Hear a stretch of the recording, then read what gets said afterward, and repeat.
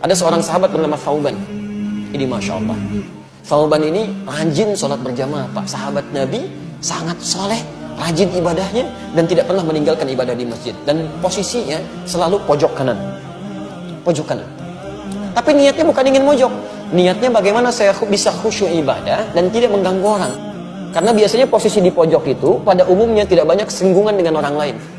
Tidak banyak singgungan dengan orang lain. Maka Masya Allah, maka ketika datang ibadah, ramai masjid dan sebagainya, sampai satu ketika, saya persingkat, dalam sholat subuh, beliau tidak datang. Ditunggu oleh Nabi. Sampai Nabi bertanya begini, kemana Thauban? Radhiyallahu ta'ala anhu. Kemana Thauban? Tidak ada yang tahu. Sampai ketahuan oleh Nabi itu. Jadi satu orang nggak datang aja, oleh Nabi ketahuan, di sebulan kemana nih? Nggak ada gitu. Tapi sahabat mengatakan, kami tidak tahu ya Rasulullah. Kan?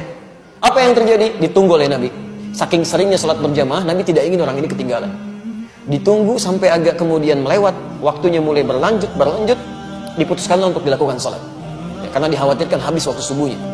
Sholat ditunaikan, selesai menunaikan sholat diputuskan untuk menengok sahabat tadi. Perhatikan, orang sering ke masjid, tidak ada di masjid, Nabi masih mengajak sahabat untuk menengok. Itulah jamaah.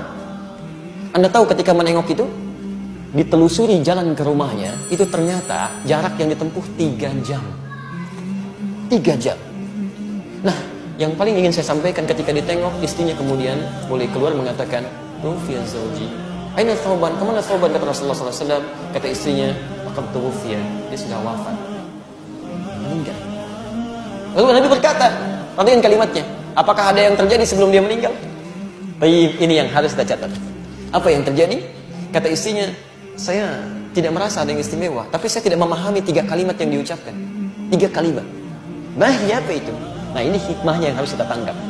Sebelum beliau meninggal dalam sakaratul mautnya, beliau mengatakan, kenapa nggak lebih jauh lagi, katanya. Kalimat pertama, saya tidak paham itu. Kalimat kedua, kenapa bukan yang baru, katanya kan? Kenapa bukan yang baru? Dan kalimat ketiga, kenapa tidak semuanya aja? Tapi Rasulullah SAW tersenyum, lantas menyampaikan, turun berita dari langit menyampaikan, teman-teman sekalian, ketika Thauban mengatakan kenapa tidak lebih jauh lagi, kita mesti pahami, sebelum seseorang meninggal dunia dalam sakaratul mautnya, itu akan ditampakkan keadaan amalnya. Nah, ini ditampakkan bahwa ketika beliau berangkat ke masjid itu ditampakkan pahala-pahala kebaikannya. Maka dia katakan, ya Allah, kenapa nggak lebih jauh lagi masjidnya? Sehingga ketika saya jalan itu mendapatkan lebih daripada itu. Bukankah langkah pertamanya mengangkat derajat di sisi Allah? Langkah keduanya menggugurkan dosa yang di bawah. Masjidnya tempatnya 25 lebih bagus daripada tempat biasa. Yang satu keduanya 500 tahun, dua ketiganya 500 tahun, tiga keempatnya 500 tahun. Kata sahabat Thauban, ya Allah, kenapa nggak lebih jauh lagi? Yang kedua, ternyata ketika musim dingin beliau berjalan, beliau menggunakan pakaian double. Yang paling dalam itu pakaian barunya, yang luar pakaian lamanya. Di jalan bertemu dengan seorang kedinginan, maka dilepaskanlah pakaian yang luar yang lamanya, dipakaikan pada orang tadi supaya tidak kedinginan. Ketika ditampakkan pahalanya, beliau berkata, ya Allah, kenapa bukan yang baru yang dulu saya pernah berikan? Kenapa bukan yang baru? Allahu Akbar. Dan terakhir mengatakan, kenapa bukan semuanya? Karena beliau terbiasa bersedekah pada orang, memberikan kebaikan-kebaikan, kadang-kadang berbagi dengan orang lain. Ketika ditampakkan pahalanya, Allah, kenapa nggak semuanya aja dulu saya kerjakan? Ada penyesalan dalam jiwanya. Anda bayangkan, seorang sahabat mulia saja masih menyesal dengan amalnya. Maka bagaimana dengan orang-orang yang belum sempurna kebaikan-kebaikannya seperti itu? Jangan sampai meninggal dunia lantas dikatakan, fa'asaddaqa wa aqum minas shalihin. Beri kesempatan, ya Allah, walau sebentar. Saya ingin berbuat baik, saya ingin berbuat baik, saya ingin berbuat baik. Zaman dulu tidak ada kendaraan bahkan untuk urusan sepeda. Kendaraan yang saya maksud bukan hewan. Sepeda nggak ada, motor nggak ada, mobil nggak ada. Jarak dari rumah ke masjid 3 jam.